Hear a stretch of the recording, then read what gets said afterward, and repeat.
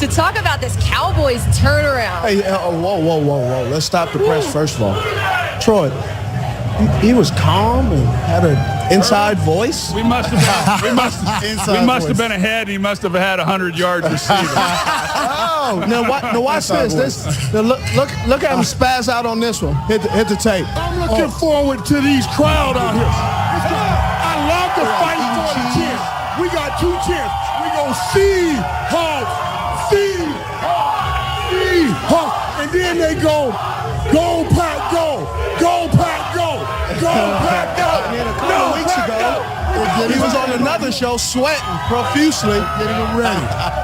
Getting them ready, man. That's what it is. We got to get them ready. Now he's back mellow, though. These guys are ready out here tonight, though. Yes, they are. I know. They're ready out here tonight. And you've been helping them get ready. I mean, honestly, that pump up that we just saw from Seattle, that's how our morning meetings are. Like before these shows, Ern comes in. I have to crank everybody up in me. And he gets so excited about the Cowboys because, Troy, it has been a turnaround for them. These last 3 games that they've won, what's really stood out to you from the offense or the defense? Well, I think there's a lot to it as to why they've won the last 3 games. First of all, they've been able to get Ezekiel Elliott going, and I think one of the big reasons for that has been because of the changes they made within that offensive line staff. I think Suafilo at left guard has also helped them. So now they're running the ball.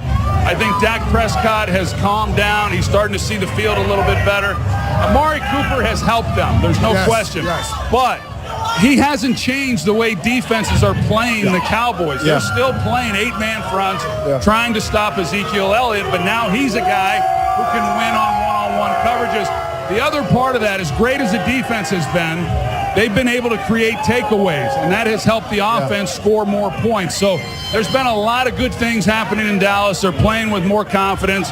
If they win this game tonight, and that's a big if, but if they were to win this game tonight, there's not a lot in front of them going through the remainder of this regular season that I think would derail them, and then they would enter the playoffs playing awfully good football. So we talked about it, and I talk about it. I like to look at wide receivers and try to pull out their greatest asset. And I think when I look at Amari Cooper, his ability to transition in and out of routes, it's incredible. When you see it, what do you think about? And how does that help a young quarterback? Well, I agree with you because that's what I was talking about last week on Thursday night when we did that game was for a guy with his kind of speed and to be able to run routes with the quickness of a slot receiver is really pretty remarkable. And so he creates separation. You know, I asked Dak Prescott because not just because you're a great receiver doesn't mean you're quarterback friendly. You know, I will tell you, Michael was. I mean, from day one, you just knew when he was coming out of breaks. You knew where the ball needed to be. And you worry about that when you bring a guy in and you give up what the Cowboys gave up. But they have been on the same page right from the beginning, and it's worked out awfully well. But because I still see that the foundation of this team goes through Zeke Elliott, goes through the run game. And I know the defense is playing well and has helped them tremendously, like you just mentioned, getting turnovers. Do you still see this team, the foundation of this team, going through Zeke Elliott in the run game? No question. I mean, that's how they're built. And I think that another part of this win streak was they got back to who they are. I think early on, when you look at the Rams, you look at the Saints, you look at Kansas City, and you say, hey, we need to diversify. We need to be creative. And for some teams you do. You take advantage of those skills. That's not what Dallas has been. It's not how they're built. They got back to playing that brand of football. Now, will they be able to play that tonight? I think that's the question. And early in this game, I would expect them to at least go about it that way. But the Saints, if they score I saw them against against the Cincinnati Bengals. They scored 9 straight touchdowns, you know, and you just say, if that starts to happen, and then you say, okay, well then there goes Zeke. You got to get back to throwing the ball. But I think early on they've got to come out and stick to their game. Yeah, and since Amari Cooper's been here, they've really improved on third downs. I wonder if defenses will switch things up, considering the way that Amari Cooper is.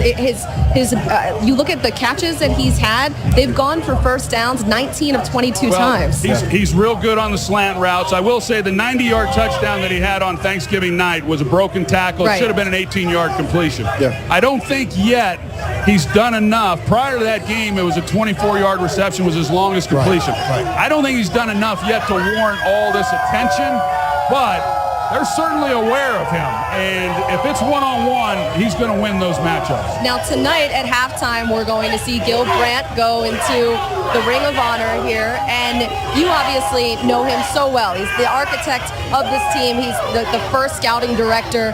What are some memories that you have of him? How is he able to just do his job so well? Well, he was ahead of his time, and in a lot of ways, the Cowboys organization was the way they scouted players, the way they used computers.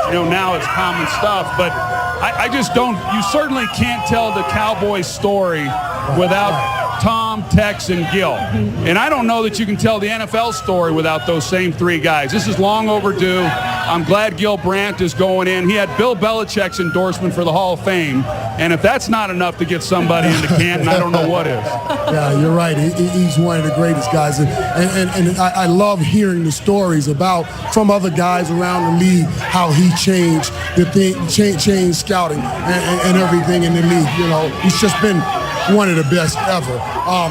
In 1960, when Gil Brandt became player personnel director for the Dallas Cowboys, he revised, rewrote, and reworked how